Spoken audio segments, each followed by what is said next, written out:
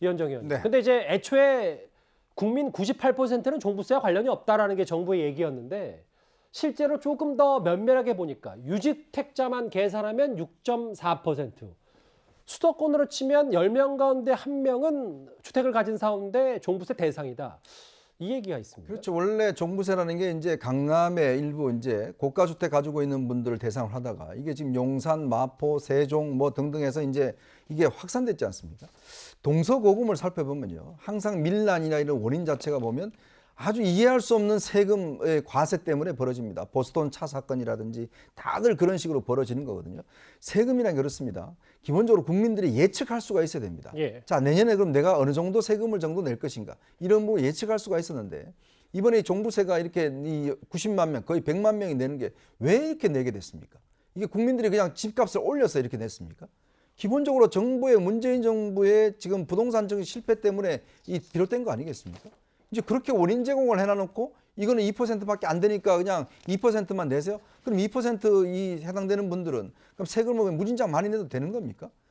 예를 들어서 이게 갑작스럽게 세금이 높아진 거 아니에요? 1년 사이에. 내년엔 또 더 오릅니다. 예. 자, 그러면 이게 지금 정부 통계도 잘못됐어요. 아까 말씀 이혁원 차관이 이야기했던 2%가 아니라 실제로는 한 6.4% 되는 것이고 또 이게 딱딱 그러면 98%는 상관없다라고 이야기하는 게 저분들 경제학 공부하셨는지 모르겠어요. 세상에요. 세금이라는 게 주택 가지고 있는 사람이 되면 그게 자기 돈으로 온전히 안 냅니다. 그럼 어떻게 내겠습니까? 점점 다른 걸로 예를 들어 자기가 가지고 있는 월세나 전월세를 인상하면서 그걸로 세금을 내는 거거든요. 예. 그러면 그 파급 효과가 있는 거 아니겠습니까?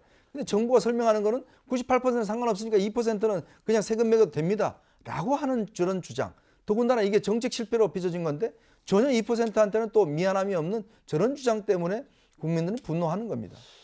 종부세가 내년에 더 오를 수 있기 때문에요. 이재명, 윤석열 두 거대 정당 후보의 공약에도 이목이 쏠립니다. 종부세 전면 100원씩 올리셨는데 여당에서는 이거 막 부자 본색이다 이런 식으로 비판하는 여기. 제가 종부세 문제에 대해서는 뭐 TV 토론 때나 늘 그런 입장을 제가 밝혀왔고 여당에서 그런 얘기 할 줄 알고 있습니다만은 국민들의 판단을 받으면 되는 거 아니겠습니까?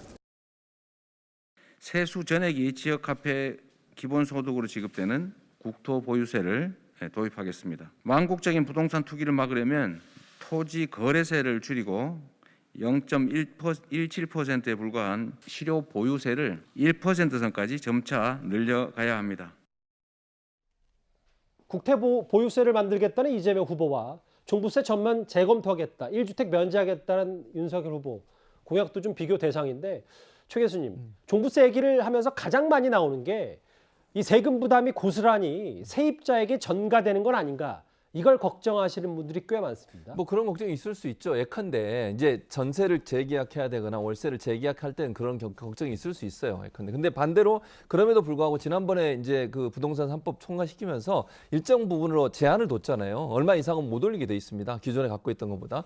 그래서 어느 정도 저는 보호가 될 거라고 봐요. 다만 이제 집을 많이 갖고 있는 분들이 종부세가 많아지다 보니까 그걸 좀 부담을 털기 위해서 그 범위 내에서 최대로 할 가능성은 있죠. 그래서 예. 이게 이제 세입자들 입장에서는 혹시나 이런 다세대를 갖고 있는 주인들 같은 경우에 본인의 종부세 부담을 줄이기 위해서 일정 부분 세입자한테 전가하는 부분이 있을 수 있는데 이 부분을 이제 정부가 적극적으로 잘 관리를 해서 원래 그 기준 한계를 넘어서는 어떤 전세나 월세금을 올리는 경우는 처벌해야 되고요. 신고돼야 하게 돼 있어요. 예를 들면 그런 불이익을 당했다고 했을 경우에는 국토부에 신고하면 또 구제받을 수 있는 방법도 있기 때문에 그런 부분을 적극적으로 활용해야 될 걸로 보여집니다. 예.